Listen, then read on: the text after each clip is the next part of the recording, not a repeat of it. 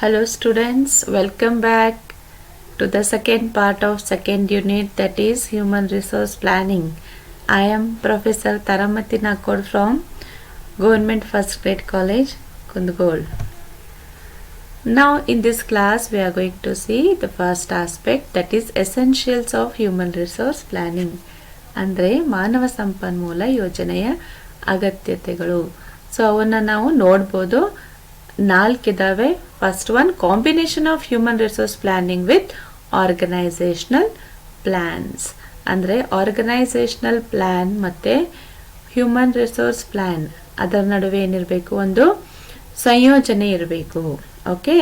Second, support from top management. ಅಂದರೆ ಉನ್ನತ ನಿರ್ವಹಣೆಯವರಿಂದ ನಮಗೆ ಬೆಂಬಲ ಇರಬೇಕು, ಅಂದರೆ ಹ್ಯೂಮನ್ ರಿಸೋರ್ಸ್ ಮ್ಯಾನೇಜ್ಮೆಂಟ್ಗೆ. Human resource development is essential, that is third point. ಅಂದರೆ ಮಾನವ ಸಂಪನ್ಮೂಲ ಅಭಿವೃದ್ಧಿ ಅತ್ಯಗತ್ಯ. ಹ್ಯೂಮನ್ ರಿಸೋರ್ಸ್ ಪಾಲಿಸೀಸ್ ಅಂದರೆ ಮಾನವ ಸಂಪನ್ಮೂಲ ನೀತಿಗಳು. ಸೊ ಇವುಗಳನ್ನು ನಾವು ಮಾನವ ಸಂಪನ್ಮೂಲ ಯೋಜನೆಯ ಅಗತ್ಯತೆಗಳು ಅಂತ ಹೇಳ್ತೇವೆ. Factors affecting human resource planning ಅಂದರೆ ಮಾನವ ಸಂಪನ್ಮೂಲ ಯೋಜನೆಯ ಮೇಲೆ ಪರಿಣಾಮ ಬೀರುವಂತಹ ಅಂಶಗಳು. ಅಂದರೆ first one, objectives of human resource ಅಂದರೆ ಸಂಸ್ಥೆಯ ಆಬ್ಜೆಕ್ಟಿವ್ಸ್ ಆಫ್ ಆರ್ಗನೈಸೇಷನ್ ಅಂದರೆ ಸಂಸ್ಥೆಯ ಉದ್ದೇಶಗಳು. So if the objective and policies of organisation are clearly defined, HRP become successful. ಅಂದರೆ ಸಂಸ್ಥೆಯ ಉದ್ದೇಶಗಳು ಸ್ಪಷ್ಟವಾಗಿದ್ದಾಗ ಹ್ಯೂಮನ್ ರಿಸೋರ್ಸ್ ಉದ್ದೇಶಗಳನ್ನು ಪ್ಲ್ಯಾನಿಂಗನ್ನು ನಾವು ಚೆನ್ನಾಗಿ ಮಾಡ್ಬೋದು. ಸೈಜ್ ಆಫ್ ದ ಆರ್ಗನೈಸೇಷನ್ ಅಂದರೆ ಸಂಸ್ಥೆಯ ಗಾತ್ರ. So size of the organisation influences production process and quality of employees involving managers. ಅಂದರೆ ಸಂಸ್ಥೆಯ ಗಾತ್ರವು ಉತ್ಪಾದನಾ ಪ್ರಕ್ರಿಯೆ ಮತ್ತು ವ್ಯವಸ್ಥಾಪಕರನ್ನು ಒಳಗೊಂಡ ನೌಕರರ ಪ್ರಮಾಣವನ್ನು ಪ್ರಭಾವಿಸುತ್ತದೆ.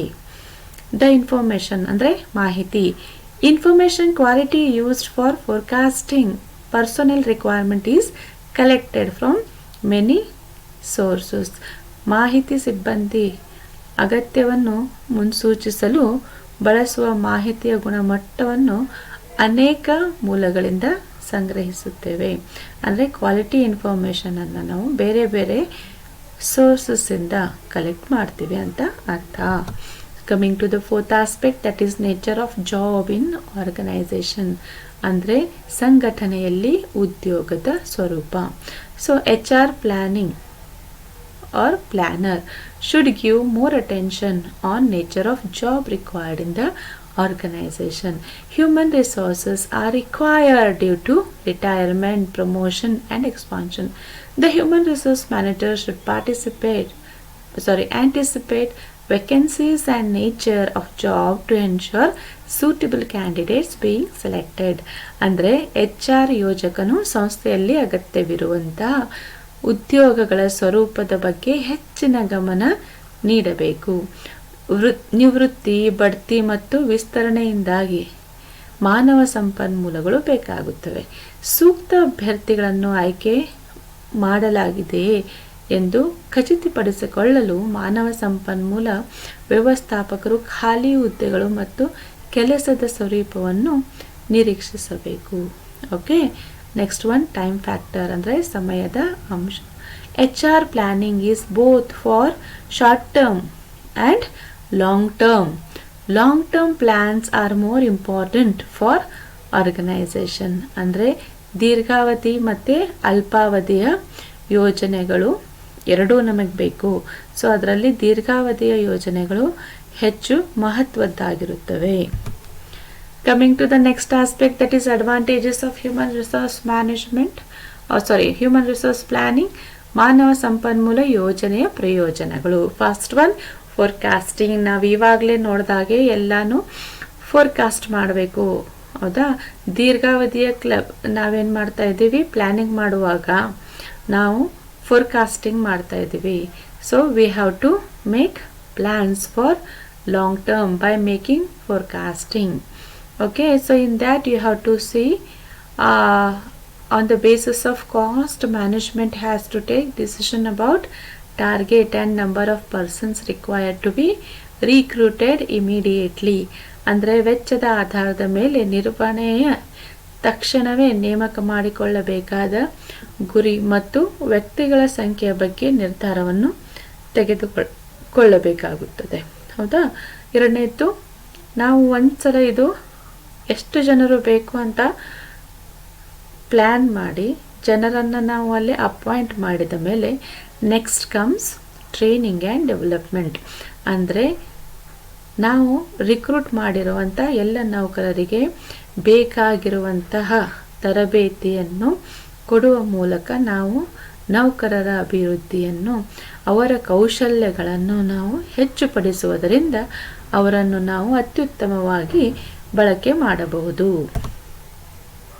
It reduces the man power cost. ಅಂದರೆ ಹ್ಯೂಮನ್ ರಿಸೋರ್ಸ್ ಪ್ಲ್ಯಾನಿಂಗ್ ಮಾಡೋದ್ರಿಂದ ಅದರ ನಾವು ವೆಚ್ಚವನ್ನು ಕಡಿಮೆ ಮಾಡಬಹುದು. ಏಕೆಂದರೆ ಇದು ಮಾನವ ಶಕ್ತಿಯ ಕೊರತೆ ಮತ್ತು ಹೆಚ್ಚುವರಿ ಮೊತ್ತವನ್ನು ನಿರೀಕ್ಷಿಸಲು ಮತ್ತು ಅಸಮತೋಲವನ್ನು ನಿರ್ವಹಿಸಲಾಗದ ಮತ್ತು ದುಬಾರಿಯಾಗುವ ಮೊದಲು ಸರಿಪಡಿಸಲು ನಿರ್ವಹಣೆಗೆ ಸಹಾಯ ಮಾಡುತ್ತದೆ. ಅಂದರೆ ಎಷ್ಟು ಜನ ಬೇಕು ಅಷ್ಟೇ ಜನರನ್ನು ಅಪಾಯಿಂಟ್ ಮಾಡುವುದರ ಮೂಲಕ ನಾವು ಹ್ಯೂಮನ್ ರಿಸೋರ್ಸ್ ಕಾಸ್ಟನ್ನು ಕಡಿಮೆ ಮಾಡ್ಬೋದು. So coming to the next aspect, reasons for excess of human resource. ಅದು ಹೇಳಿದ್ವಲ್ಲ, ಸಮತೋಲನ ಕಾಯಬೇಕು, ಇಲ್ಲಾಂದರೆ ಹೆಚ್ಚು ಜನ ಇರೋದ್ರಿಂದ ಅದಕ್ಕೆ ಹೆಚ್ಚು ವೆಚ್ಚ ಆಗುತ್ತದೆ. ಹೌದಾ? ಸೊ ಫಸ್ಟ್, ಯಾಕೆ ನಾವು ಎಕ್ಸೆಸ್ ಹ್ಯೂಮನ್ ರಿಸೋರ್ಸ್ ಇಟ್ಕೊಳ್ತೀವಿ, ಯಾಕೆ ಆ ಥರ ಆಗ್ತದೆ ಅಂದರೆ, first one, lack of scientific approach in making a man power decision. ಅಂದರೆ ಮಾನವ ಶಕ್ತಿ ನಿರ್ಧಾರ ತೆಗೆದುಕೊಳ್ಳುವಾಗ ಅವೈಜ್ಞಾನಿಕವಾಗಿ ನಾವು ಮಾಡುವುದರಿಂದ ಸೊ ಅಲ್ಲಿ ಎಕ್ಸೆಸ್ ಮ್ಯಾನ್ ಪವರ್ ಇರುತ್ತದೆ. ಎರಡನೇದ್ದು, bulk and unplanned recruitment in the beginning. ಅಂದರೆ ನಾವು ಸ್ಟಾರ್ಟಿಂಗ್ ಆರಂಭದಲ್ಲಿ ಹೆಚ್ಚು ಜನರನ್ನು ಏನು ಮಾಡ್ತೀವಿ, ನೇಮಕ ಮಾಡಿಕೊಳ್ಬಿಡ್ತೀವಿ.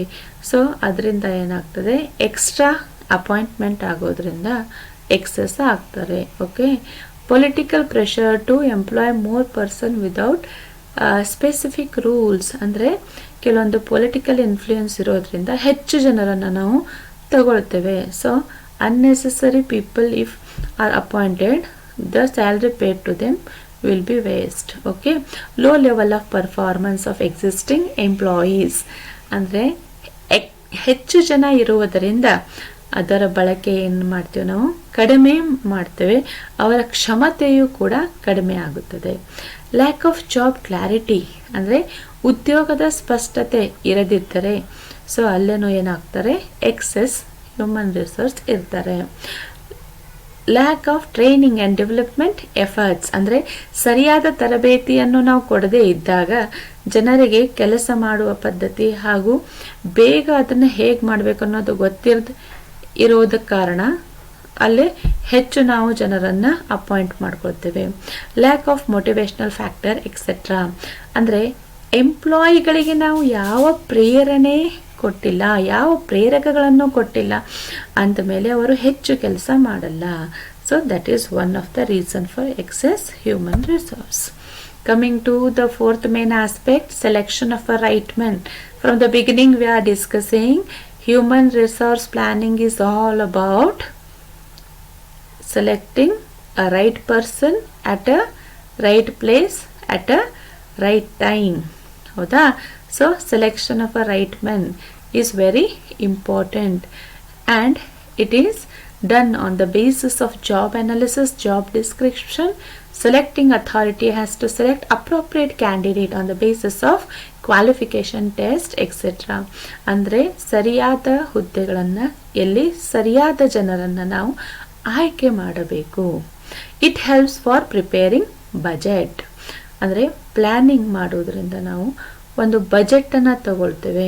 So number of person that are required. Budget ಅಂದ್ರೇನು, ನಮ್ದೇನು ರಿಕ್ವೈರ್ಮೆಂಟ್, ಎಷ್ಟು ಜನ ಬೇಕು ಈ ವರ್ಷ ಅಂತ ನಾವು ಕ್ಯಾಲ್ಕುಲೇಟ್ ಮಾಡ್ತೀವಲ್ಲ, ಅದು budget. Next, it helps for performance appraisal. ಅಂದರೆ on the basis of number of workers required, selection has to be made on the basis of qualification and test. Thus, it helps the manager for conducting performance appraisal of employees and serves as a tool to evaluate the effect of alternatives of human power actions and adjustment for financial policies. ಅಂದರೆ ಕ್ಷಮತೆಯ ಮೌಲ್ಯಮಾಪನಗಳಿಗೆ ಇದು ಸಹಾಯ ಮಾಡುತ್ತದೆ. ಅಗತ್ಯವಿರುವ ಕಾರ್ಮಿಕರ ಸಂಖ್ಯೆಯ ಆಧಾರದ ಮೇಲೆ, ಅರ್ಹತೆಗಳು ಮತ್ತು ಪರೀಕ್ಷೆಗಳ ಆಧಾರದ ಮೇಲೆ ಆಯ್ಕೆ ಮಾಡಬೇಕಾಗುತ್ತದೆ. ಆದ್ದರಿಂದ ಇದು ನೌಕರರ ಕಾರ್ಯಕ್ಷಮತೆಯ ಮೌಲ್ಯಮಾಪನಗಳನ್ನು ನಿರ್ವಹಣೆ ಸಹಾಯ ಮಾಡುತ್ತದೆ ಮತ್ತು ಮಾನವ ಶಕ್ತಿ ಕ್ರಿಯೆಗಳ ಪರ್ಯಾಯಗಳ ಪರಿಣಾಮವನ್ನು ಮತ್ತು ಹಣಕಾಸು ನೀತಿಗಳಿಗೆ ಹೊಂದಾಣಿಕೆಗಳನ್ನು ಮೌಲ್ಯಮಾಪನ ಮಾಡುವ ಸಾಧನವಾಗಿ ಕಾರ್ಯನಿರ್ವಹಿಸುತ್ತದೆ. Okay, so coming to the 7th point, it provides an opportunity to the employees for promotion, transfer, increase of salary etcetera. ಹೌದಾ? ಸೊ ಪ್ಲ್ಯಾನ್ ಮಾಡುವ ಮೂಲಕ ನಾವು ಯಾರ್ಯಾರಿಗೆ ಟ್ರಾನ್ಸ್ಫರ್ ಕೊಡಬೇಕು, ಪ್ರಮೋಷನ್ ಕೊಡಬೇಕು, ಸ್ಯಾಲ್ರಿ ಹೆಚ್ಚು ಮಾಡಬೇಕು, ಇದೆಲ್ಲ ನಾವು ಪ್ಲ್ಯಾನಲ್ಲೇ ಮಾಡ್ತಾ ಇರ್ತೇವೆ. Okay. 8th, growth of the organisation. ಯಾವ ಆರ್ಗನೈಸೇಷನ್ ಚೆನ್ನಾಗಿ ಪ್ಲ್ಯಾನ್ ಮಾಡುತ್ತಲ್ಲ ಅವರ ಸಂಸ್ಥೆ ಏನಾಗುತ್ತೆ, ತುಂಬ ಮುಂದುವರಿಯುತ್ತದೆ ಹಾಗೂ ಬೆಳೆಯುತ್ತದೆ ಅಂತ ಹೇಳ್ಬೋದು. 9th one, advantage to the country. ಅಂದರೆ ದೇಶದ ಸಂಸ್ಥೆಗಳು ಬೆಳೆದ ಹಾಗೆ ಅವರು ಏನು ಮಾಡ್ತಾರೆ, ಹೆಚ್ಚು ಜನರನ್ನು ಎಂಪ್ಲಾಯ್ ಮಾಡ್ತಾರೆ.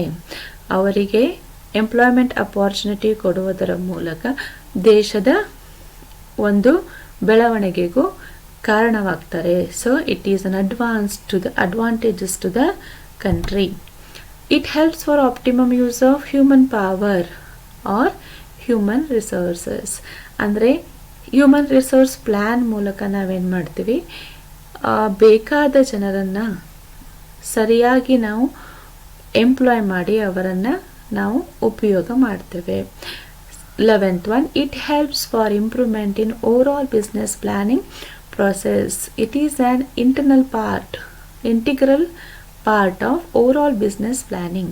Effective manpower planning will lead to improvement in overall planning also. ಅಂದರೆ ಯಾವಾಗ ನಾವು ಒಟ್ಟಾರೆ ವ್ಯವಹಾರ ಯೋಜನೆ ಮಾಡ್ತೇವೆ, ಸೊ ಆವಾಗ ಈ ಮಾನವ ಶಕ್ತಿ ಯೋಜನೆ ಸಹ ಮಾಡ್ತೇವೆ. ಹೌದಾ? ಸೊ ಇದಕ್ಕೆ ನಾವೇನಂತೀವಿ, it helps for improvement in over business planning process ಅಂತೀವಿ. 12th one, it leads to a greater awareness of the importance of sound manpower in the management throughout the organization. Limitations of human resource planning. ಅಂದರೆ ಮಾನವ ಸಂಪನ್ಮೂಲ ಯೋಜನೆಯ ಮಿತಿಗಳು. Accuracy ಅಂದರೆ ನಿಖರತೆ. So it is difficult to prepare long range forecasting accurately because of change in economy, technology, marketing conditions, labor force condition etc. ಅಂದರೆ technology, economy ಹಾಗೂ market ಕಂಡೀಷನಲ್ಲಿ ಚೇಂಜ್ ಆಗೋದ್ರಿಂದ ನಿಖರವಾಗಿ ನಾವು ಪ್ಲ್ಯಾನಿಂಗ್ ಮಾಡಲು ಆಗೋದಿಲ್ಲ. Next one, opposition or resistance from employees. ಅಂದರೆ ನೌಕರರಿಂದ ವಿರೋಧ ಅಥವಾ ಪ್ರತಿರೋಧ. ಸೊ ನೌಕರರು ಮತ್ತು ಕಾರ್ಮಿಕ ಸಂಘಗಳು ಮಾನವ ಶಕ್ತಿ ಯೋಜನೆಯನ್ನು ಟೈಮ್ ವಿರೋಧ ಮಾಡ್ತಾರೆ. ಸೊ ಆವಾಗ ಸಹ ನಮ್ಮದು ಪ್ಲ್ಯಾನಿಂಗ್ ಸರಿಯಾಗಿ ವರ್ಕೌಟ್ ಆಗೋದಿಲ್ಲ. Expensive and time consuming. ಅಂದರೆ ಇದು ಹೆಚ್ಚು ದುಬಾರಿ ಹಾಗೂ ಹೆಚ್ಚು ಸಮಯವನ್ನು ತೆಗೆದುಕೊಳ್ಳುವಂಥದ್ದು.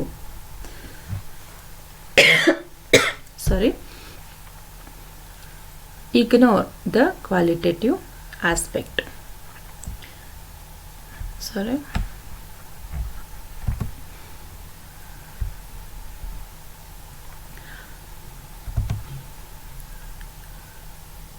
Uncertainties.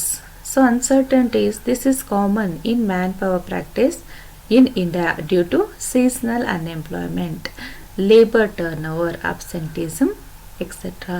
ಸೊ ಅನಿಶ್ಚಿತತೆಗಳು ಇರುವುದರಿಂದ ಪ್ಲ್ಯಾನಿಂಗ್ ಸಹ ಕೆಲವೊಮ್ಮೆ ಸರಿಯಾಗಿ ಇಂಪ್ಲಿಮೆಂಟ್ ಮಾಡಲು ಆಗುವುದಿಲ್ಲ. Guidelines for effective human resource planning.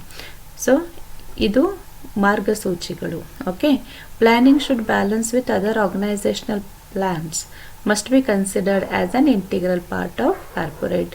Planner should be efficient, skilled and well trained. ಅಂದರೆ ಯೋಜನೆ ಮಾಡುವವರು ಎಫಿಷಿಯೆಂಟ್ ಆಗಿರಬೇಕು, ಅವ್ರಿಗೆ ಸಾಮರ್ಥ್ಯ ಇರಬೇಕು, ಕೌಶಲ್ಯಗಳಿರಬೇಕು. ಆವಾಗಲೇ ಅವರು ಚೆನ್ನಾಗಿ ಒಂದು ಪ್ಲ್ಯಾನ್ ಮಾಡಲು ಸಾಧ್ಯ. Support from top management must be ensured. ಅಂದರೆ ಉನ್ನತ ನಿರ್ವಹಣೆಯವರು ಅಲ್ಲಿ ಚೆನ್ನಾಗಿ ಬೆಂಬಲ ಕೊಟ್ಟಾಗ ಪ್ಲ್ಯಾನಿಂಗ್ ಚೆನ್ನಾಗಿ ಆಗ್ತದೆ.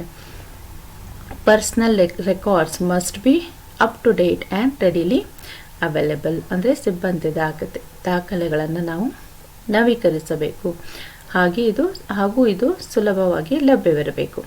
Planning should fulfill the needs of organizational as well as employee objectives.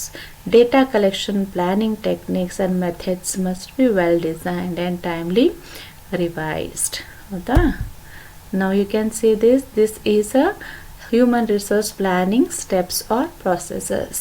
First one, anticipating manpower needs. ಮಾನವ ಶಕ್ತಿ ಅಗತ್ಯತೆ ನಿರೀಕ್ಷಿಸುವುದು. Planning job requirements and descriptions. Skill analysis. Selecting adequate resources of recruitment. So coming to the first one, anticipating manpower need. ಅಂದರೆ ನಮಗೆ ಎಷ್ಟು ಜನರು ಬೇಕು, ಎಷ್ಟು ಹುದ್ದೆಗಳು ಇದ್ದಾವೆ, ಟೋಟಲ್ ಅದರದ್ದು ಒಂದು ಸಂಖ್ಯೆಯನ್ನು ಕ್ಯಾಲ್ಕುಲೇಟ್ ಮಾಡಬೇಕು. ಒಂದು ವರ್ಷಕ್ಕೆ ನಮಗೆ ಎಷ್ಟು ಜನರು ಕೆಲಸ ಮಾಡಲು ಬೇಕು, ಹಾಗೂ ಆ ಹುದ್ದೆಗಳನ್ನು ನಾವು ಹೇಗೆ ತುಂಬೋದು, ಪ್ರಮೋಷನ್ ಮೂಲಕ ಆಗಿರ್ಬೋದು, ಹೊಸ ಎಂಪ್ಲಾಯ್ಮೆಂಟ್ ಮೂಲಕ ಆಗಿರ್ಬೋದು, ಅಥವಾ ಟ್ರಾನ್ಸ್ಫರ್ ಮೂಲಕ ಆಗಿರ್ಬೋದು. ಈ ಥರ ನಾವು ಜನರನ್ನು ಖಾಲಿ ಆಗಿರೋ ಹುದ್ದೆಗಳಿಗೆ ತುಂಬುವುದು. ಸೊ ಇದರಲ್ಲಿ ಎಸ್ಟಿಮೇಷನ್ ಆಫ್ ಆ್ಯನ್ಯುವಲ್ ವೇಕೆನ್ಸಿ ಅಂದರೆ ಒಂದು ವರ್ಷಕ್ಕೆ ನಮ್ಮದು ಅಂದಾಜು ಎಷ್ಟು ಹುದ್ದೆಗಳಿರ್ತವೆ.